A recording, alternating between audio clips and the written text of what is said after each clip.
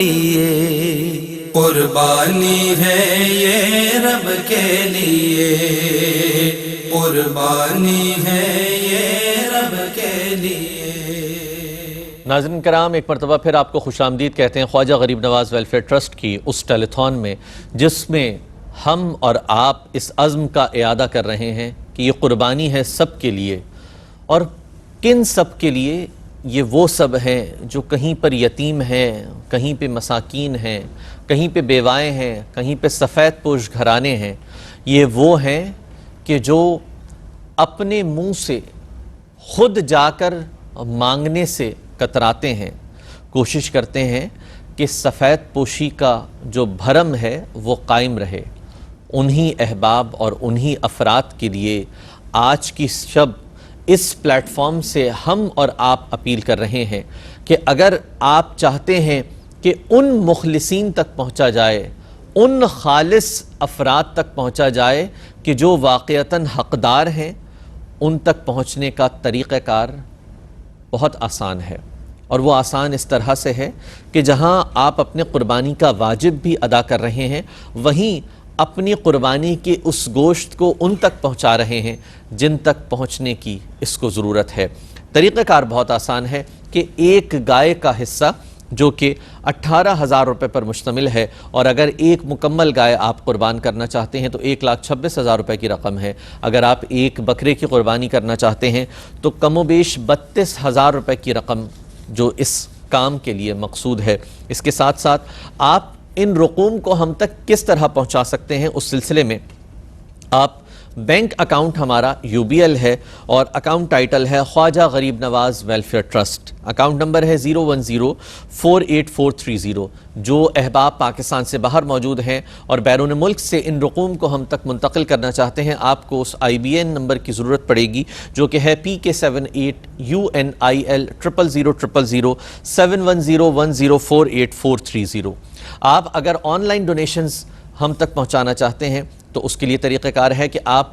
Visit کریں ہماری web site www.kgnwt.org، اور وہاں پر جا کر آپ آن لائن ڈونیشنز کے سلسلے میں ماسٹر کارڈ اور ویزا کارڈ کے ذریعے سے پیمنٹ کر سکتے ہیں۔ آپ جب یہ تمام کام سر انجام دے لیں تو اس کے بعد آپ اپنی ڈپازٹ سلپ کی یا آپ اپنی جانب سے کیا گیا جو قربانی کا حصہ ہے اس کا اسکرین شاٹ لیں، اور اسکرین شاٹ لے کر ہمارے واٹس ایپ نمبر پر اس نام سے جس نام سے آپ کو وہ قربانی درکار ہے، چاہے اپنے والد، چاہے اپنی والدہ، اپنے عزیز و اقربا یا بہن بھائی، یا اپنے نام سے آپ کرنا چاہتے ہیں تو وہ نام تحریر کریں، اور اس نام کو تحریر کر کے اس ڈپازٹ سلپ کے ساتھ آپ ہمیں واٹس ایپ کر دیں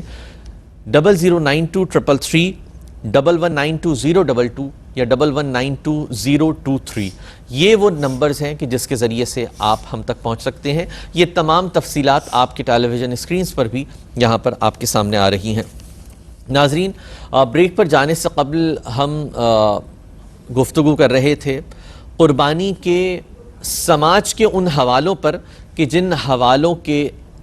لیے آج کے دور میں کہیں پر کوئی فتنہ جنم لیتا نظر آ رہا ہے اور کہیں پر لوگ ڈگمگاتے نظر آ رہے ہیں، تو اس کے لیے بہت خوبصورت انداز سے تشریح کی اور تشریح کر کے یہ رہنمائی فرما دی کہ کیا انداز ہو،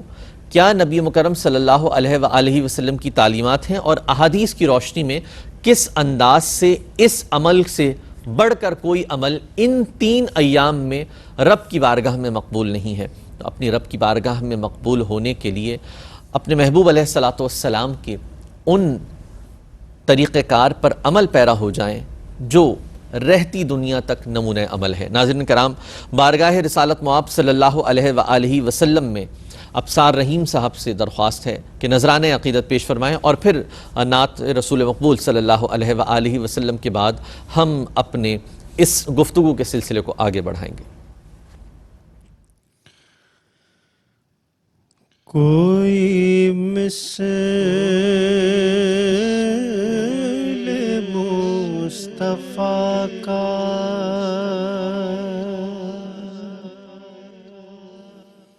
کوئی مثل مصطفیٰ کا کبھی تھا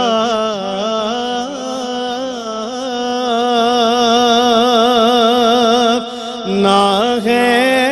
نہ ہوگا کوئی مثل مصطفیٰ کا، کوئی مثل مصطفیٰ کا،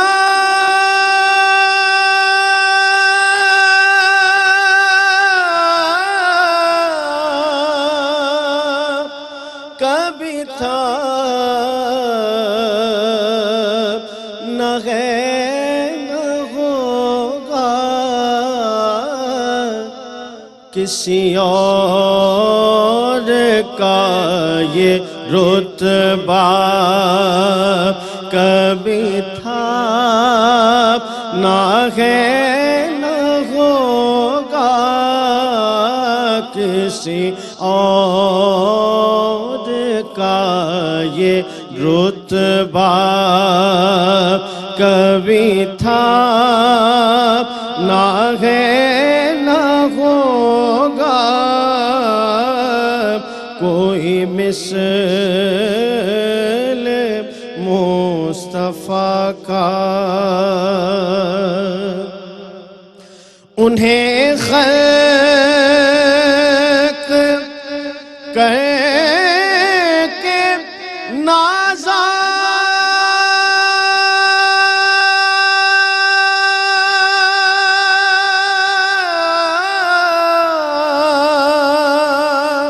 ہوا خود ہی دست قدرت،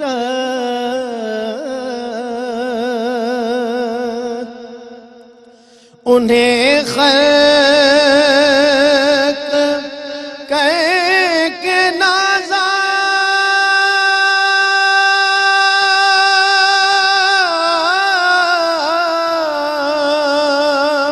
ہوا خود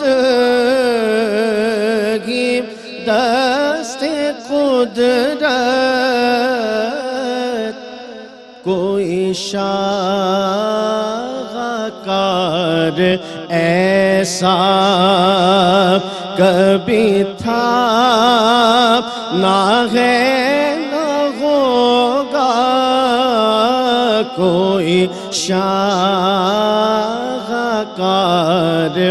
ایسا کبھی تھا نہ ہے نہ ہوگا کوئی مثل مصطفیٰ کا۔ میرے دامن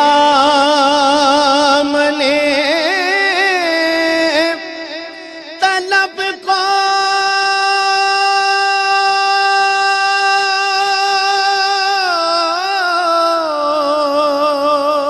ہے انہیں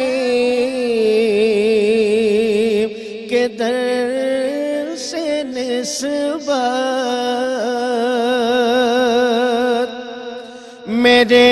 دامن طلب کو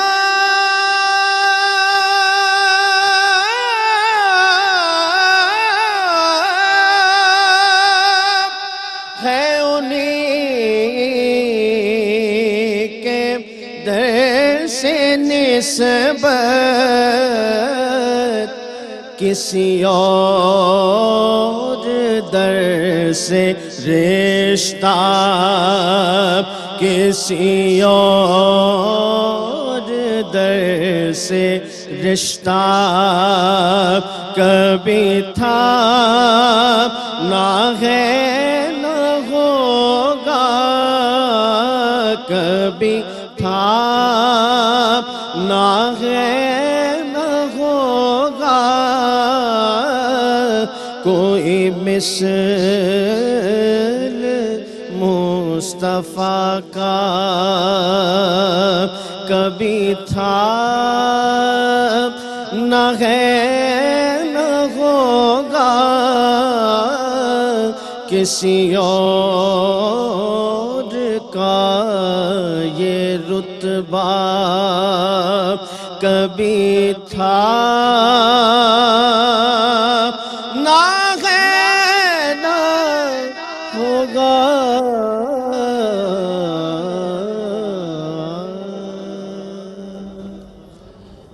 نہ ہوتا در محمد کا تو دیوانے کہاں جاتے، خدا سے اپنے دل کی بات منوانے کہاں جاتے، اگر آتی نہ خوشبوئے مدینہ ان کی نعتوں سے،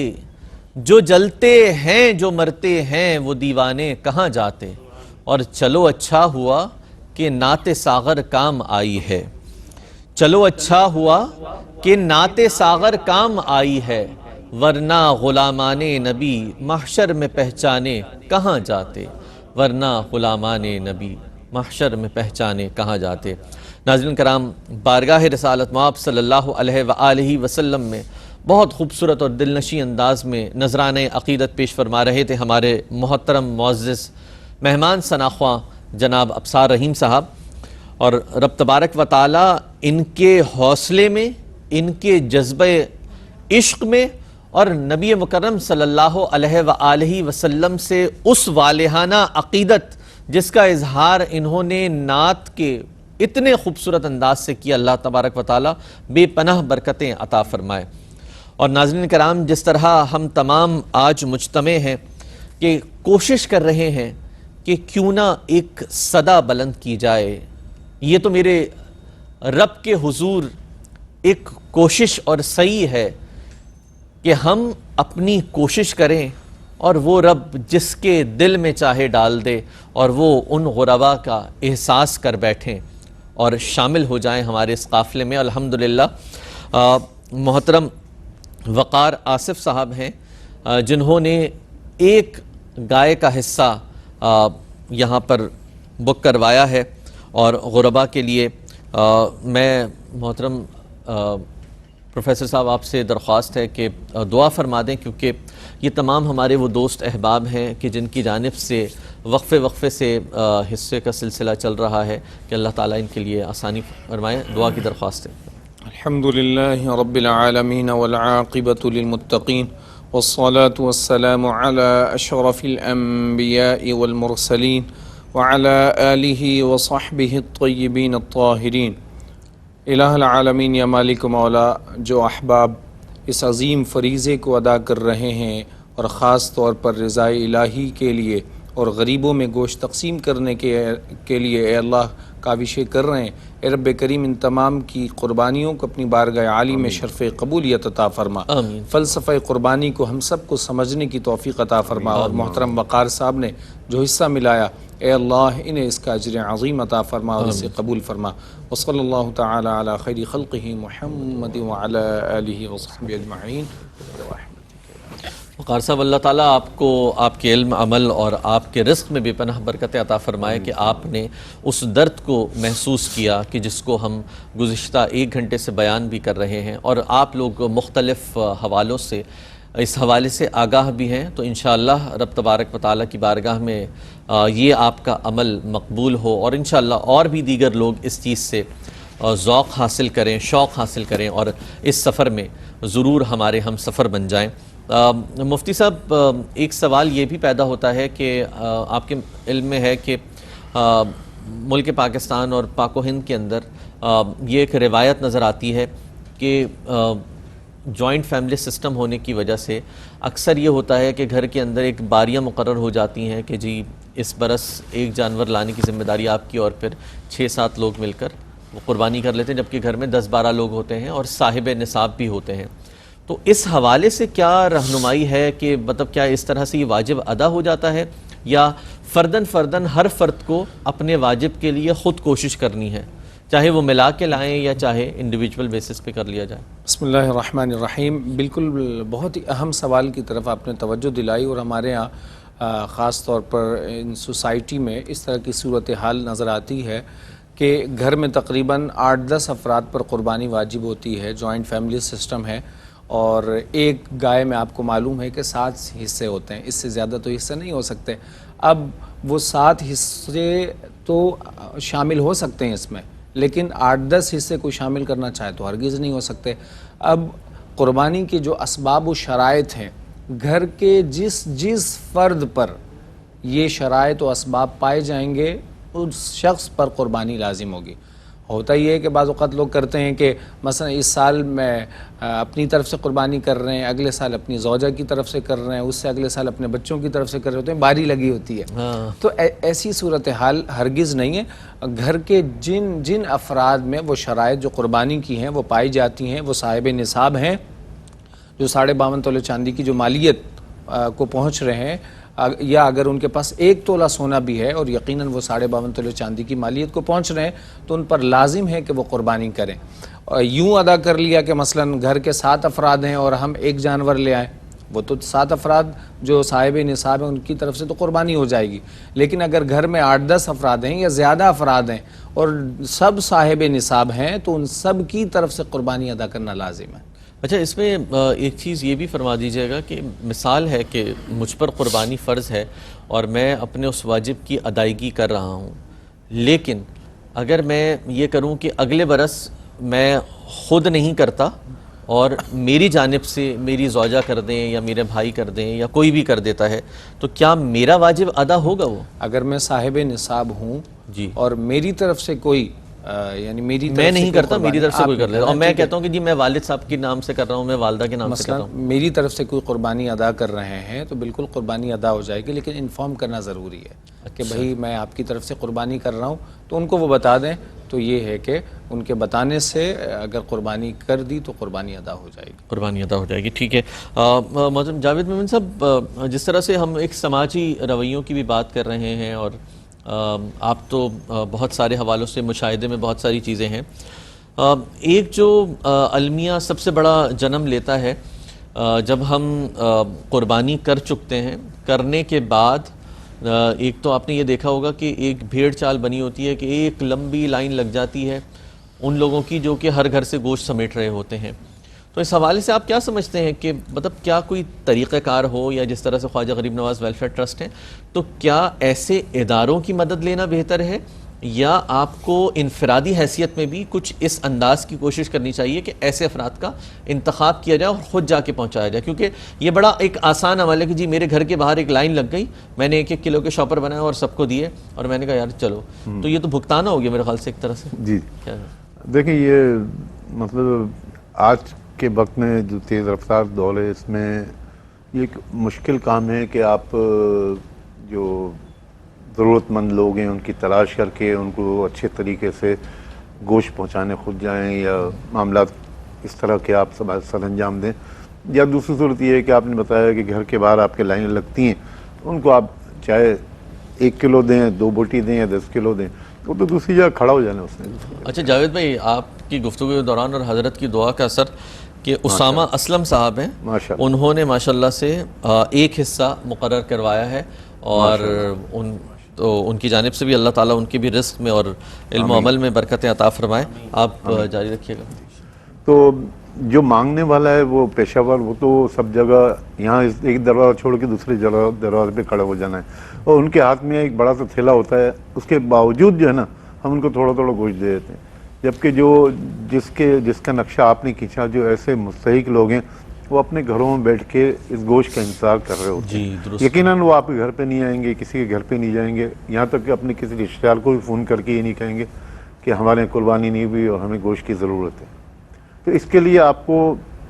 خواجہ غریب نواز جیسے ادارے، جسے کوئی ایسے مستند ادارے جس پہ آپ کا اعتماد ہو، جس پہ آپ کا دل ٹھوکے، اور جو آپ چاہیں کہ یہ ہمارا جو کام ہے اس کو جو ہم نے کرنا ہے یہ اس کو اچھے طریقے سے کر سکیں، آپ نے ان کے حوالے اپنے فرض کو حوالے کرنا ہے اور ان کو یہ ذمہ داری دینی ہے، ان کے ہاتھ میں کام سونپنا ہے۔ تو وہ مختلف طریقوں سے ان کے پاس جو معاملات ہیں، جو ان کی چیزیں ہیں، اس کے حساب سے ان کے پاس لسٹیں موجود ہوتی ہیں، لوگ موجود ہوتے ہیں۔ اب مثال طور ہم یہاں سے ہم کہیں کہ سجاول کی کسی گاؤں میں گوشت دینے جائیں تو یہ ناممکن بات ہے عید کے دنوں میں۔ بالکل درست ہے۔ تو یہ آج کے تیز دور میں یہ ممکن نہیں ہے کہ میں سجاول گوشت دینے چلا جاؤں، کوئی دینے چلا جائے۔ تو اس کے لیے اس طرح کے ادارے جن کے پاس یہ نیٹ ورک موجود ہے، وہی اس کو انجام دے سکتے ہیں. کہ وہ اس کے قریب تر جگہ پہ کروائے. جی جی. باقی تو کوئی اور راستہ نہیں ہے نا. دیکھیں نا, یا آپ خود کریں گے تو خود آپ اتنے اچھے طریقے سے کر نہیں پائیں گے. مینجمنٹ کا اور اس کے علاوہ ڈیفینیٹلی ناظرین ایک پوری ورک فورس آپ کو درکار ہوتی ہے. رضاکاروں کی ایک بڑی مستند ٹیم ہوتی ہے کہ جس کے اوپر آپ اعتماد کر سکیں اور پھر ان کے ذریعے سے پہنچا سکیں. مفتی صاحب, جس طرح حضرت بھی فرما رہے ہیں, یہ جو گوشت کی تقسیم کا سلسلہ ہے, اکثر اوقات ایک تو یہ رہنمائی فرمائیں کہ بنیادی طور پہ کیا پہچان ہوتی ہے کہ جس سے مطلب ایک پہچان لیا جائے, مطلب ہمیں ہمارا مذہب اس حوالے سے کیا رہنمائی کرتا ہے. دوسری بات حضرت یہ بھی فرما دیجیے گا کہ اس میں ضمناً کہ فی زمانہ جو ایک فقیر کا روپ دھار کر پہنچے ہوئے ہوتے ہیں, تو کیا آپ نے اگر انہیں دے دیا مطلب آپ کو یہ لگا کہ بھئی یہ ضرورت مند ہے, تو وہ آپ کا قبول ہو جائے گا, یا پھر یہ ہے کہ آپ کو تحقیق لازمی کرنی ہے؟ یہ تھوڑا سا اس حوالے سے بار بار یہ سوال آ رہا ہے ہمارے پاس. ایک تو یہ ہے کہ پیشہ ور جو مانگنے والے ہیں جی ان کو دینے سے اجتناب کرنا چاہیے کہ جتنا ہو سکے پیشہ ور کو آپ نہ دیں, کیونکہ ان کا مقصود صرف جمع کرنا ہوتا ہے, ان کی پوری ٹیم ہوتی ہے. جی جی. تو ہم ایسے سفید پوش کی طرف جائیں, جیسا کہ ماشاءاللہ خواجہ غریب نواز ویلفیئر گاؤں دیہات میں جا کر یا مختلف ممالک میں اپنے رضاکاروں کے ذریعے وہ غریبوں تک صحیح معنوں میں پہنچاتے ہیں, تو ہمیں اس طرف توجہ دینی چاہیے. نہیں یہ کہ ہم گوشت, مقصود یہ ہے کہ آپ بس گوشت تقسیم ہو جائے, یہ ہم نہ دیکھیں کہ غریب ہے یا ایسے وہ افراد ہیں کہ جو واقعی مستحق ہیں یا وہ پیشہ ور ہیں, تو ہمیں اس بات کی طرف بالکل توجہ دینی چاہیے. اور نبی کریم علیہ الصلاۃ والسلام کا اگر انداز دیکھیں, صحابہ کرام علیہم رضوان یا آج تک جتنے آئے, تو ان بزرگان دین رحمہ اللہ تعالیٰ کا انداز دیکھیں, یا آج بھی جو لوگ سمجھدار ہیں وہ ان چیزوں کی طرف خاص توجہ دیتے ہیں. پیشہ ور کو ہرگز نہ دیں, اور تحقیق کرنا تو لازم نہیں ہے, لیکن ہر ایک شخص جو ہے اس معاملے میں عقل مند اور سمجھدار ہے, اور اسے اندازہ ہو جاتا ہے کہ بھئی وہ کس کو دے رہا ہے, تو ہمیں اس سے بالکل اس طرف توجہ دینی چاہیے. یہ پہچان کے حوالے سے کوئی وہ ہے کہ مثال کے طور پہ کوئی شرائط یا وہ ہے, جیسے ایک تو شرعی فقیر جو کہ ہمیں زکوٰۃ کے اور اس کے حوالے سے بتایا ہے,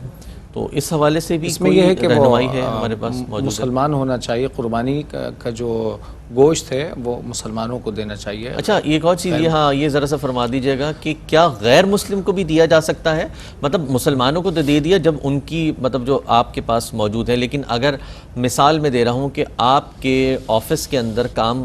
کرنے والی یا مطلب آپ کی تمام رضاکاروں کے اندر کوئی اگر غیر مسلم بھی موجود ہے, تو کیا آپ قربانی اس کو کا بھی گوشت یہ چونکہ واجب قربانی ہے, تو قربانی کا گوشت نان مسلم کو آپ نہیں دے سکتے. از روئے شریعت کی روح سے یہ ہے کہ وہ مسلمانوں میں دیا جائے, تو ہمیں اس بات کی طرف توجہ دینی چاہیے. لیکن ہر ایک سے یہ تحقیق کرنا کہ وہ غریب ہے یا نہیں, تو یہ لازم نہیں ہے. آپ حسن ظن رکھتے ہوئے آپ دے دیں, لیکن جو پیشہ ور ہوتے ہیں ان کا آئیڈیا آپ کو بالکل ہو جاتا ہے عام طور پر. بالکل ٹھیک ہے, درست ہے. آپ دوران گفتگو محترمہ سحر صاحبہ ہیں, انہوں نے ایک گائے کا حصہ اور ایک بکری کی قربانی یہاں پر مقرر کروائی ہے. اللہ تعالیٰ آپ کے لیے بھی بہت برکتیں عطا فرمائے اور آپ کی بھی رزق اور عمل میں اللہ تعالیٰ کامیابی عطا فرمائے. مفتی صاحب ایک سوال جو کہ تھوڑا سا ذہنوں کے اندر اٹھتا ہے, بنیادی طور پر جب حضرت ابراہیم علیہ الصلوۃ والتسلیم نے حضرت اسماعیل علیہ السلام کو ذبح کرنے کے لیے چھری چلائی, تو کیا وجہ تھی کہ چھری نہ چل سکی, اور پھر مطلب کیا فلسفہ ہے, کیا حکمت ہے اس کے پیچھے پوشیدہ؟ دیکھیں قرآن کریم فرقان حمید میں اللہ رب العزت نے ارشاد فرمایا فعال لما یرید, رب تعالیٰ جو چاہتا ہے وہی ہوتا ہے. بے شک. اور ایک مقام پر فرمایا وما تشاءون الا ان یشاء اللہ, جو اللہ رب العزت چاہتا ہے وہی ہوتا ہے, جو تم چاہتے ہو وہ نہیں ہوتا. اور ہمارے اردو میں ایک کہاوت مشہور ہے کہ ہوتا وہی جو منظور خدا ہوتا ہے. تو جب تک میرا رب نہیں چاہے گا, جب تک وہ چیز نہیں ہوگی. اب آپ دیکھیں کہ حضرت ابراہیم علیہ السلام چھری چلا رہے ہیں, چھری کا اصل کام کیا ہے؟ کاٹنا, لیکن وہ چھری نہیں چل رہی. علماء اور مفسرین فرماتے ہیں لِأَنَّ اللَّهَ لَمْ يَأْمُرْ بِذَبْحِ وَلَدِهِ اسماعیل, کیونکہ خالق کائنات نے حضرت اسماعیل علیہ السلام کو ذبح کرنے کا حکم ہی نہیں دیا. چھری کو یہ حکم ہی نہیں دیا کہ وہ چلے. تو جب تک رب تعالیٰ کی طرف سے حکم نہیں ہوگا، جب تک رب تعالیٰ کی طرف سے مشیت نہیں ہوگی، اس وقت تک جو ہے وہ چھری نہیں چلے گی۔ اس کی ایک میں اور مثال آپ کو دیتا ہوں۔ بر صغیر پاک و ہند میں ایک پرندہ ہوتا تھا جس کو سمندل کہتے ہیں۔ کیا کہتے ہیں؟ سمندل۔ سمندل۔ اچھا، اس سمندل جیسے ہم سمندر کہتے ہیں لیکن اس کے آخر میں لام آ جاتا ہے۔ تو یہ بر صغیر پاک و ہند میں یہ ایک ایسا پرندہ تھا کہ جس کے جلد سے دسترخوان بنایا کرتے تھے، اور اس دسترخوان کو جب کلین کرنا ہوتا، صاف کرنا ہوتا، تو اسے صابن سے صاف نہیں کیا کرتے تھے یا کوئی آج کے جو مختلف قسم کے نئے ہائی فائی صابن آ چکے ہیں جو اچھی طریقے سے میل کو صاف کر دے، وہ یوز نہیں کرتے تھے، بلکہ اس کے صاف کرنے کا انداز یہ تھا کہ اس کو آگ میں ڈال دیا کرتے تھے۔ اچھا، اس کی جلد سے وہ دسترخوان بن رہا ہے اور اسے وہ کہاں ڈال رہے ہیں؟ آگ میں۔ آگ سے جب نکالتے تو وہ صاف ہو جاتا۔ اچھا، آگ کا کام ہے جلانا، لیکن آگ نہیں جلا رہی، کیوں؟ کیونکہ اللہ رب العزت جب چاہے گا اسی وقت آگ جلائے گی۔ اسی طرح آپ نے شتر مرغ دیکھا ہوگا، اور شتر مرغ کو عربی میں نعامہ کہتے ہیں۔ نعامہ۔ شتر مرغ جو ماہرین ہیں اور جو مورخین ہیں، انہوں نے اس بات کو لکھا کہ وہ آگ کے انگارے کو بڑے مزے سے کھاتا ہے،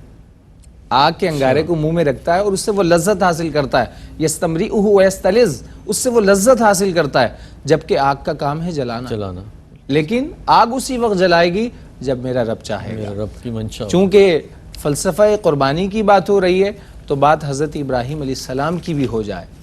حضرت ابراہیم علیہ السلام کئی دن تک آپ آگ میں رہے، لیکن رب کریم نے فرمایا قل یا نار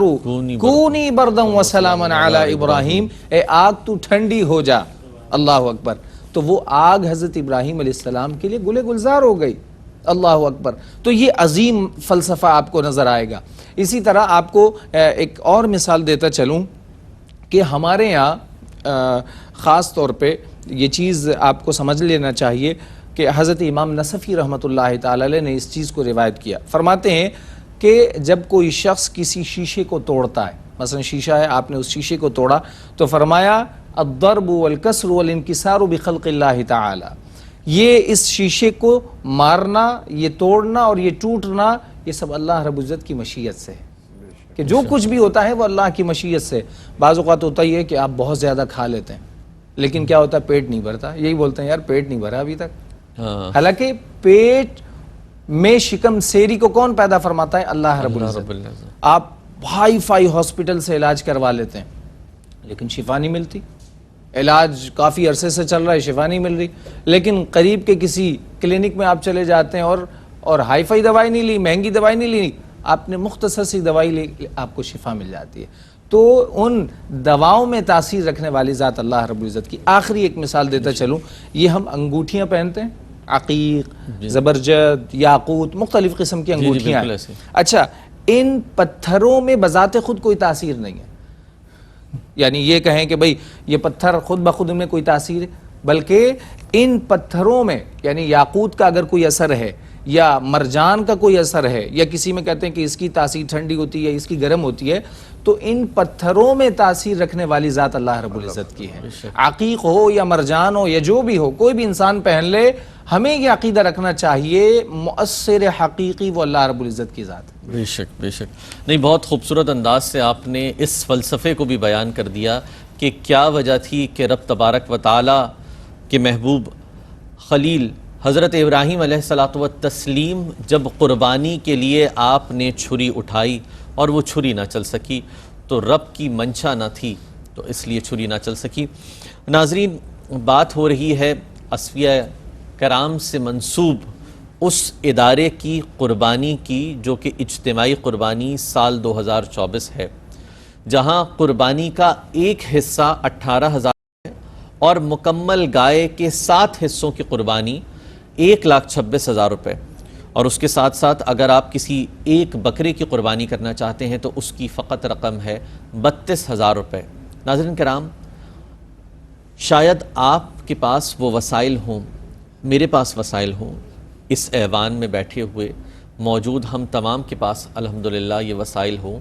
کہ ہم بکرے کا گوشت حاصل کر سکتے ہوں، ہم گائے کا گوشت حاصل کر سکتے ہوں، اس سے وہ لذت حاصل کریں، وہ توانائی حاصل کریں، لیکن ایک لمحے کے لیے ان کا سوچئے کہ جو کہیں جا نہیں سکتے، مانگیں بھی تو اپنے رب کے علاوہ کس سے مانگیں؟ تو ایسے لوگ، ان کے لیے یہ ادارے ہی تو ہیں جو کہ اتنا بڑا وسیلہ بنتے ہیں کہ اس روز قربانی کرتے ہیں، اور اپنے رب کے نام سے قربانی اس انداز سے کرتے ہیں کہ جس انداز سے کی جانی چاہیے، کہ علماء کرام کی نگرانی بھی ہوتی ہے، شریعت مطہرہ کی پابندی بھی ہوتی ہے، اور پھر بہت بہترین انداز سے ان تک پہنچا جاتا ہے کہ جن تک پہنچنے کا حکم ہے، باقاعدہ تحقیق اور باقاعدہ ایک مکمل جامع تحقیق کے بعد ان افراد کا انتخاب کیا جاتا ہے، اور سلسلہ صرف یہیں تک محدود نہیں ہوتا، بلکہ اس قربانی کے گوشت کے ذریعے سے باقاعدہ دسترخوان سجائے جاتے ہیں، جو کہیں حضرت بابا فرید گنج شکر رحمۃ اللہ تعالی علیہ کی نگری اور اس سے متصل گاؤں دیہاتوں کے اندر سجتے ہیں، کچھ حضرت عبداللہ شاہ غازی رحمۃ اللہ تعالی علیہ کا یہ شہر کراچی، یہاں پر سجتے ہیں، کہیں یہ لال شہباز قلندر رحمۃ اللہ علیہ کی دھرتی پر سجتے نظر آتے ہیں، کہیں یہ داتا کی نگری میں سجتے نظر آتے ہیں، کہیں یہ مہر علی شاہ گولڈوی رحمۃ اللہ تعالی علیہ کی سرزمین پر سجتے نظر آتے ہیں۔ تو یہ دسترخوان، یہ قربانی، یہ مختلف انداز ہیں، اور یہ اس رب کی عطا ہے جس کو چاہے جس انداز میں، جس طور پر مقبول فرمائے اور بخش دے۔ بخشنے کے بھی منفرد انداز ہوا کرتے ہیں، تو کیوں نہ آج کی شب ہم تھوڑی بہت کوشش کر لیں، فقط ایک حصہ شامل کرا دیں، کیونکہ ہو سکتا ہے بروز قیامت یہی ایک حصہ ہماری وہ سواری بن جائے کہ جنت تک ہمارا راستہ آسان ہو جائے۔ تو اپنے ان راستوں کی دشواریوں کو ہٹائیں اور بن جائیں ان غربا کی آواز، ان مساکین، ان یتامہ، ان بیوہ اور ان سفید پوش کی، کہ جو آج کی شب یقیناً شاید اس آس پہ دیکھ رہے ہیں کہ آپ میں سے کوئی ہو کہ جو کوئی گائے کی قربانی کر دے، جو کہے کہ میں حصہ لے رہا ہوں آج کی شب، اور اس لیے لے رہا ہوں کہ ان غربا تک پہنچے اور ان کے چہروں پر وہ مسکراہٹ آ جائے کہ جس کے لیے شاید آپ کی اور ہماری، ہم تمام کی کوشش ہے۔ ناظرین کرام، یہ گفتگو کا سلسلہ مختلف انداز سے اور مختلف طریقوں سے جاری ہے۔ ہم سماج کے رویوں پر بھی بات کر رہے ہیں، اور ہم شریعت مطہرہ کے ان مسائل کے حوالے سے بھی آپ کو جواب دیتے نظر آ رہے ہیں کہ جس سے یقیناً آپ کے لیے آسانی اور رہنمائی بھی ہو رہی ہے۔ محترم جاوید میمن صاحب موجود ہیں۔ ناظرین یاد رکھیے گا کہ شریعت نے جہاں پر ہمیں اس قربانی کا حکم دیا ہے، اس کے ساتھ ساتھ قربانی کے حوالے سے قربانی کے بعد اس طہارت کا بھی حکم ہے کہ جس طہارت کو آپ اکثر یہ کرتے ہیں کہ جانور ذبح کیا اپنی گلی میں یا گراؤنڈ میں، اور اس کے تمام وہ فضلہ وہیں پر چھوڑا جس سے تعفن اٹھا اور لوگ مشکل کا شکار ہوئے۔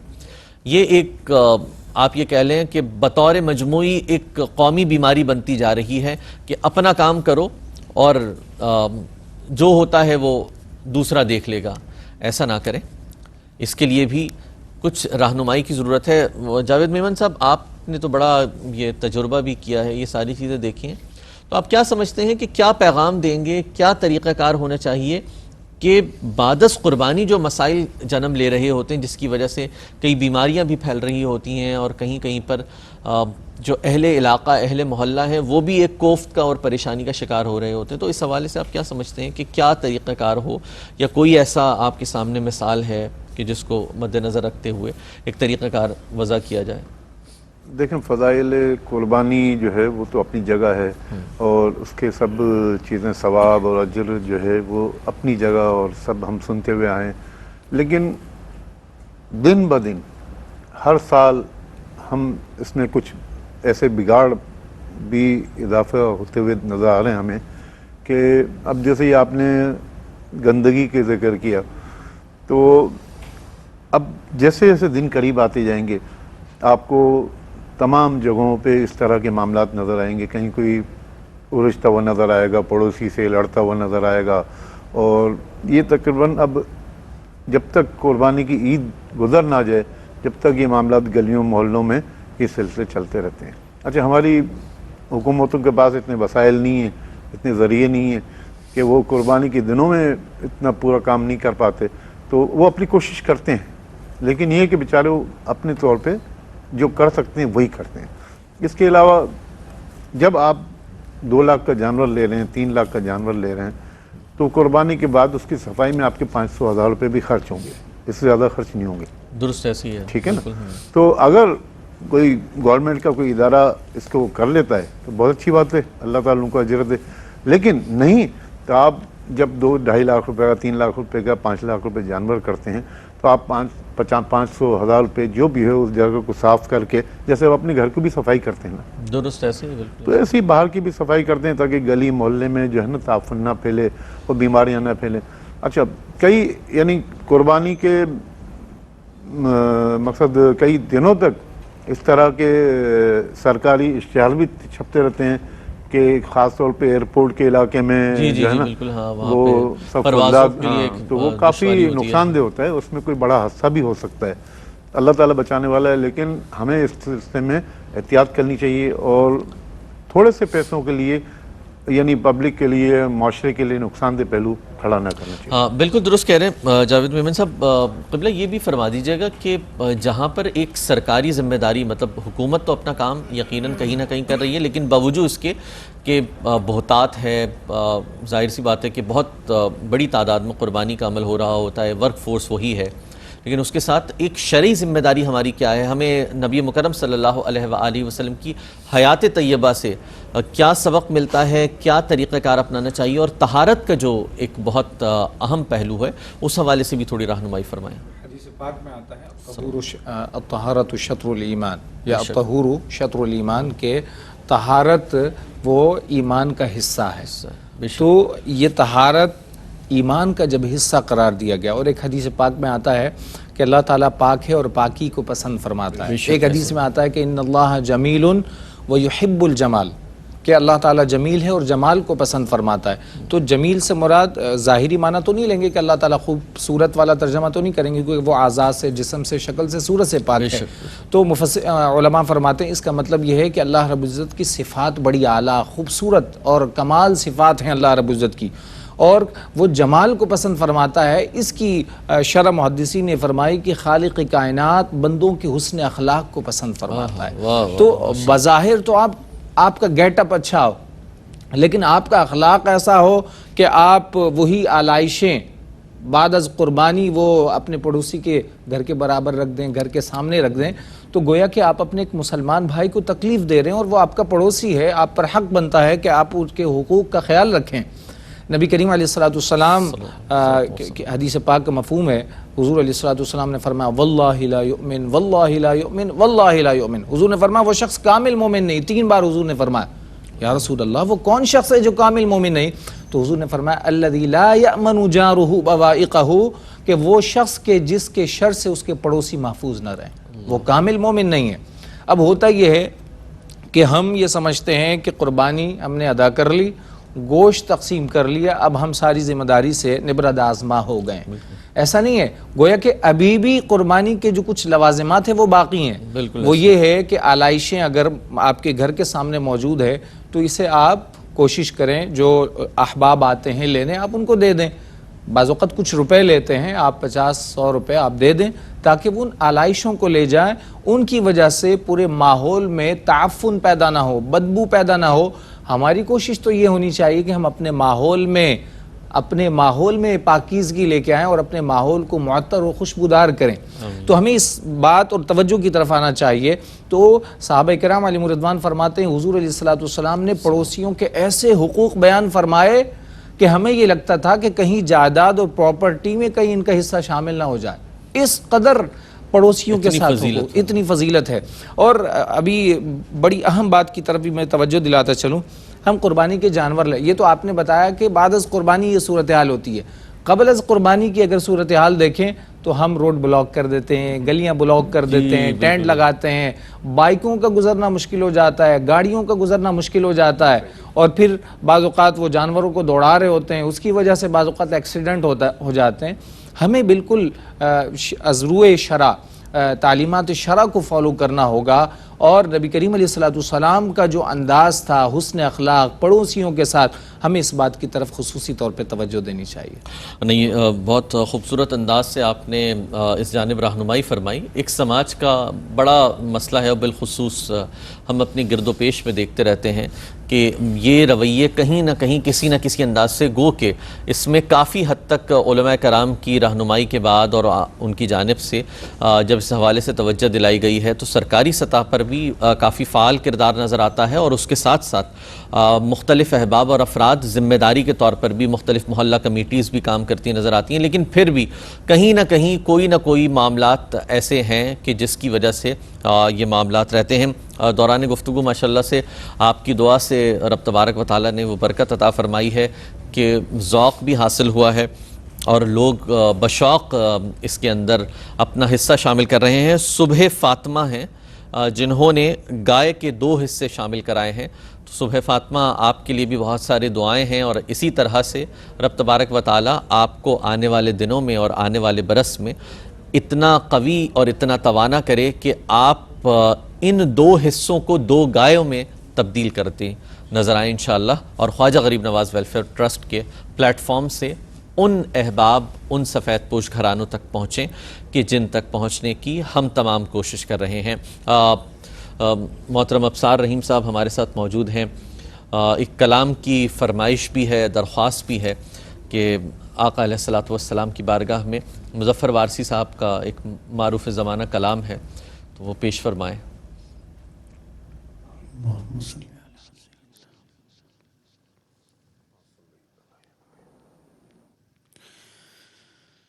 مفلس زندگی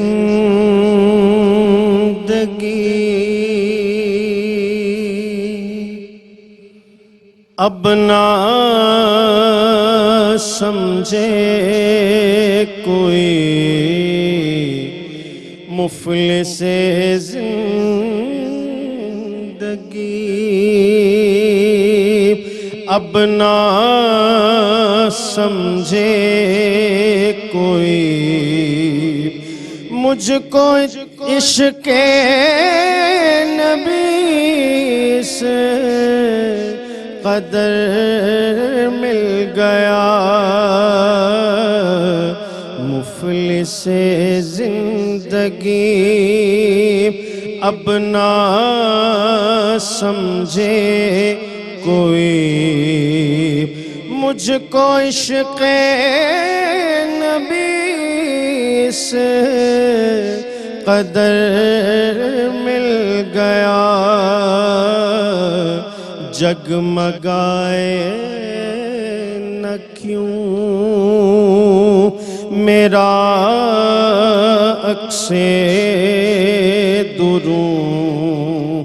جگمگائے نہ کیوں میرا عکس دروں، ایک پتھر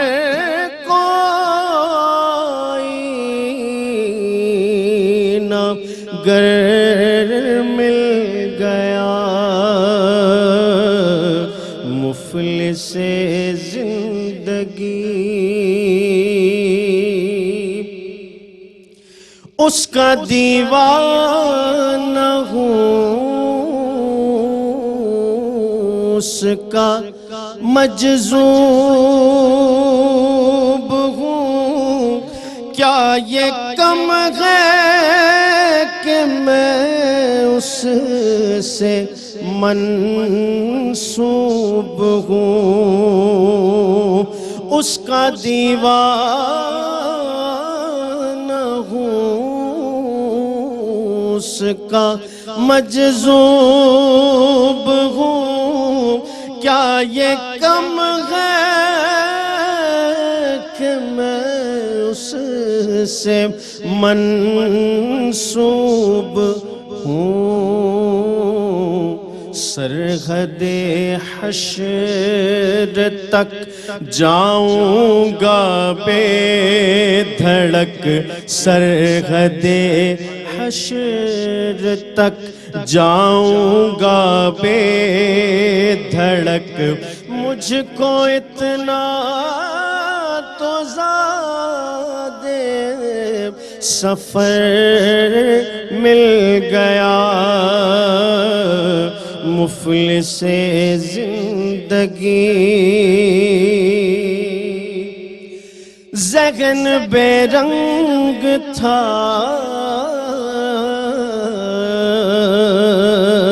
سانس بے روپ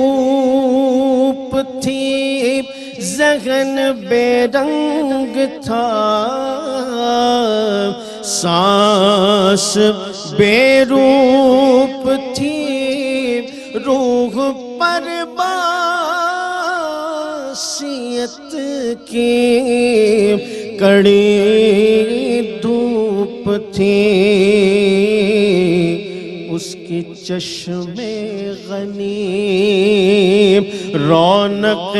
جاں بنی، اس کی چشم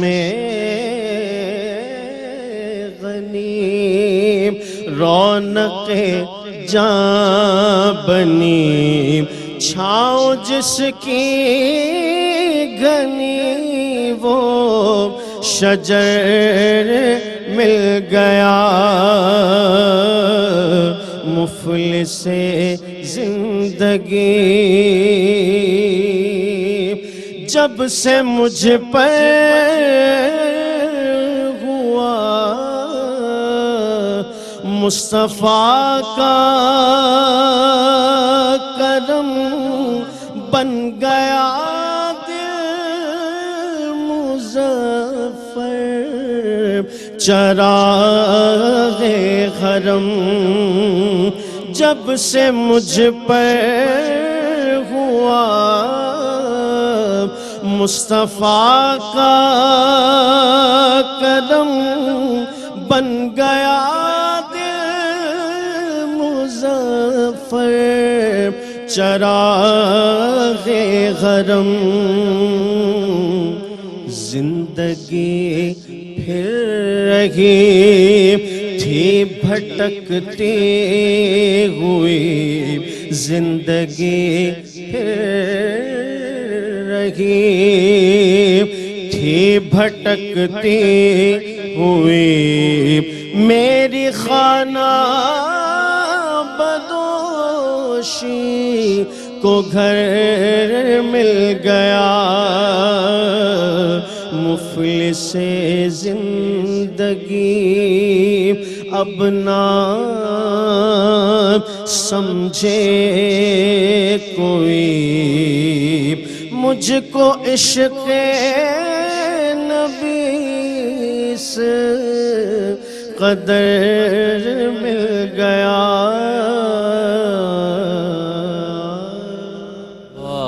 ماشاء اللہ ماشاء اللہ، اللہم بارک لنا فی عمرہ فی صحتہ فی حلاوت ایمانہ فی عشق رسولہ۔ محترم ابصار رحیم صاحب، مظفر وارثی صاحب کا مشہور زمانہ کلام مفلس زندگی اب نہ سمجھے کوئی، مجھ کو عشق نبی اس قدر مل گیا، اور ان کا دیوانہ ہوں اس کا مجذوب ہوں، کیا یہ کم ہے کہ میں ان سے منسوب ہوں، کیا یہ کم ہے کہ میں ان سے منسوب ہوں۔ اور مظفر وارثی صاحب فرماتے ہیں، جو عشق محمد سے ہو سرشار مظفر، اس دل میں یقین رہتا ہے شاید نہیں رہتا، اس دل میں یقین رہتا ہے شاید نہیں رہتا، کہ یہ یقین کے سلسلے ہیں کہ اپنے آقا و مولا نبی مکرم صلی اللہ علیہ وآلہ وسلم سے جو عشق کیا کرتے ہیں، جو عشق میں کامل ہوا کرتے ہیں، وہی تو غریب نواز کہلایا کرتے ہیں، وہی تو سلطان الہند ہوا کرتے ہیں، وہی تو خواجہ خواجگاں خواجہ معین الدین چشتی اجمیری سنجری رحمت اللہ تعالی علیہ کہلایا کرتے ہیں۔ کہیں وہ داتا کی نگری میں حضرت داتا گنج بخش ہیں، کہیں پاک پتن میں بابا فرید گنج شکر ہیں، کہیں دہلی میں نظام الدین اولیاء ہیں،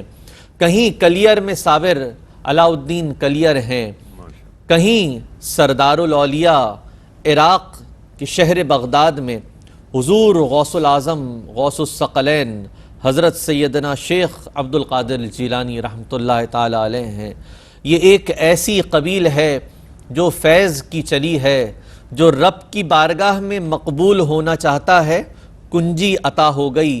کہ میرے محبوب کے ہو جاؤ، جو وہ کہیں اس پر چلنا شروع ہو جاؤ، اس پر عمل پیرا ہو جاؤ، تو تمہیں وہ کچھ عطا ہو جائے گا کہ دنیا کی بھی بادشاہی ملے گی اور آخرت کی بھی۔ اور یہ تب ہی عطا ہوتا ہے کہ جب رب کے بندوں کی بات کیا کی، جب رب کے بندوں سے محبت کی جائے، ان سے محبت کی جائے جن سے محبت کرنے کا حق ہے، اور اس حق کو ادا کرنے کا طریقہ کار منفرد ہے،